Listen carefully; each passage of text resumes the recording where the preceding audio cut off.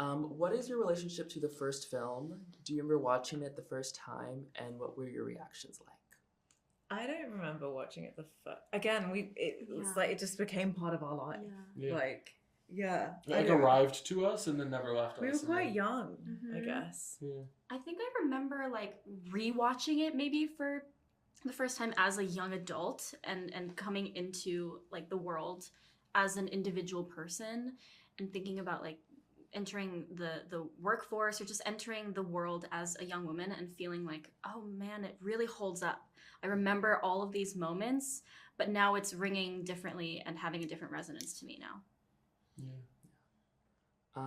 What was your reaction when you found out you were cast in the sequel? Happy. Happy, So Excited, Yeah. Great. Thrilled. I mean, I feel like it came out of sort of nowhere. We know how it is. Like you tape for things and You have the chicest story. I'm sorry. You were on Broadway. I was on Broadway. On Broadway. Yes. And I was like, oh, David, yes, send it in. David, send it in. Yes. Crazy. Yeah, David Frankel came to see my Broadway show after I had done my final callback, and I think that one of our wonderful stage managers backstage was like, Helen, there's a David Frankel here to see you. He really wants to come back. And I was like, oh yeah, David, come back. Come back. Come back. Come on, Oh, yeah, let's come talk. to my dressing room. Yeah, like all this stuff. But it's just because like it was at the point where I wanted to share the world that I was in. And I was so happy I had such a wonderful callback experience with him. And he made it so painless and was such a grounding and normal guy that I was like, oh yeah, that's my friend. That's my friend. And then he has made such a beautiful world. So yeah, to like zoom out is crazy, but the zooming in is just like we had such lovely people around, so it didn't feel overwhelming. Yeah. What was it like sharing certain scenes with Meryl Streep and Anne Hathaway? What an honor. Yeah. Like such an honor. Learned so much, and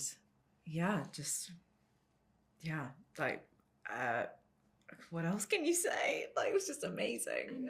It is like, what else can you say? Like, it really is like, oh, the professionalism and the talent is like what you would expect. And then you're like, yeah, that's just happening. Like, that's crazy. I'm watching like one of the best, like, regardless of who you're talking about, you're like, I'm watching one of the best actors living, like, act right now. That's crazy. Now that I hear us talk about it back, I'm like, it was rare air, but I don't know that it felt special for sure while we were doing it, but it is rare air, and I don't know that I clocked it while we were doing it, that it was like it's so, sometimes when you know what get I mean? distance and perspective, you can really like see it, and feel it.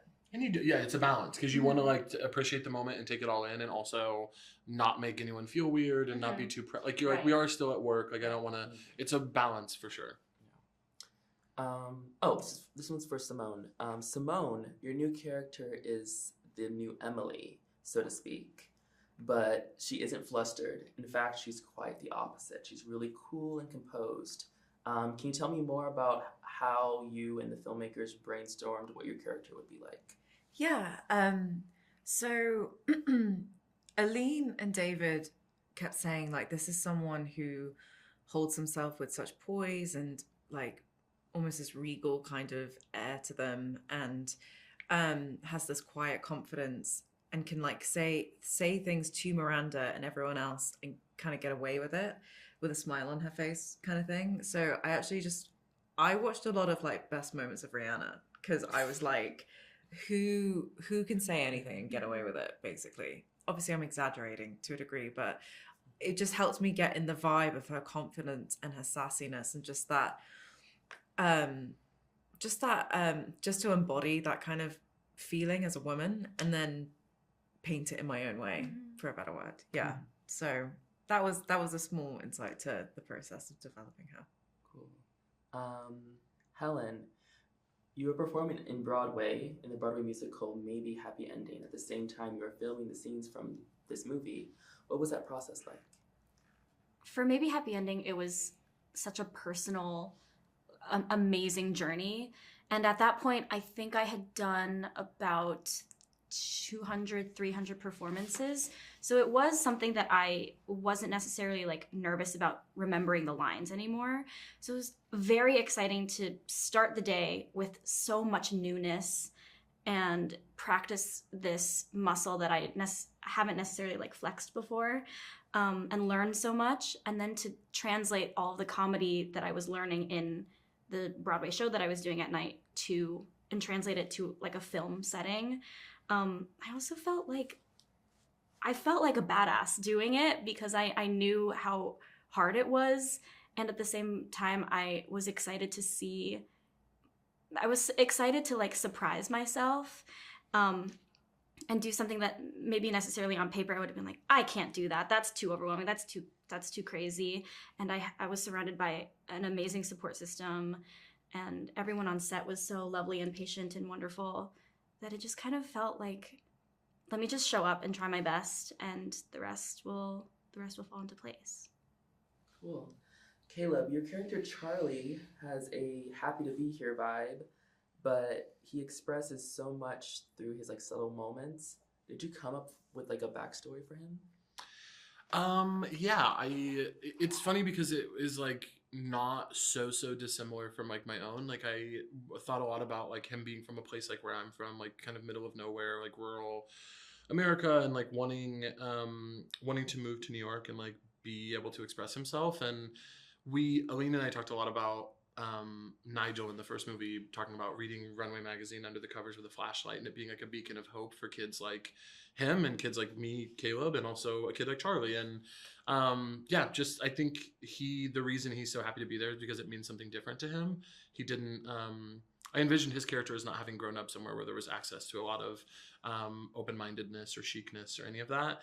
So yeah, that was some of the stuff that I was like thinking through with Charlie and why he would be so happy and like elated to be chained to his chair at his desk and having this hard job that was so hard for Andy, and like that Emily had so much anxiety in the original, why his perspective would be more aligned with like Nigel's feelings about it. Yeah. Molly Rogers, your incredible costume designer, said she wanted to put everyone in timeless clothes that made them look and feel their best. What was it like collaborating with Molly, and do you have a favorite look from the film? We were saying Molly, Yeah. the costume department, Molly's whole team were just amazing. Jake, Danny, Jessica, and the whole makeup and hair department. But costumes, it was just, she's a great personality. And she's we're seeing her tonight, right? Yeah. She understood the assignment. I think, yes. Because when you're doing costumes for the sequel of Devil Wears Prada, you know that there's going to be like expectation. And I think that to Molly's point of it wanting it to be timeless, like people wanted, I don't know, I think she wanted it to have the same kind of like standing the test of time, at least in like in a fashion sense, sort of towards the first movie, and having like a very specific point of view, I think was that. And so on set she was always like discerning and intentional about the pieces that she was talking about. All right. One last question. Why do you think a story like Devil Wears Prada continues to endure? The first film has the first film has not only reimagined The first film has not only remained a fan favorite, but it continues to grow with like a new generation. Why do you think that is? I think it's such a satisfying movie to watch, to see Andy Sachs come in and she's overwhelmed and out of her depth in this hyper-real fashion world with these hyper-real characters, and she's in New York, and then she rises to it and overtakes Miranda and has the makeover, and it's just so satisfying to watch. And I think it's a universal story that is timeless, right? So anyone from any generation watching it is rooting for her. Yeah. And in rewatches, I feel differently about her journey. Yeah, you were saying so I that, think that the older you get. Yeah. Whenever it arrives in your life, I think there's something to glean from it. Even like Miranda's journey with her husband and her kids, and like being a mother and trying to balance family and work, like those are all, that's pretty universal theme. So I think it reaches a lot of different kinds of lived experiences. I think the original and the new film all tap into a number of cultural obsessions that we have. We're obsessed with New York, being young in New York. We're obsessed with power and money and looks and who gets to be near all of that. But I think really when I think about it, and what I got so excited about reading this script was that the thing that I love the most about the first film is that it's truly character driven. And if I showed, you know, if you showed somebody 15 lines from the movie and you said, which character do you think said this? You could get it with almost 100% certainty, which is the same about great sitcoms and about great plays. Like, could you tell if there was no name and no delivery, like who said each line? And Aline's brilliance as a writer, that's what it is. And the second one maintains that as well. It has that character driven, like, brilliance in the writing. And then her and David collaborating, like the way he directed both of these films is just like, yeah, they were meant to make these movies together, I think.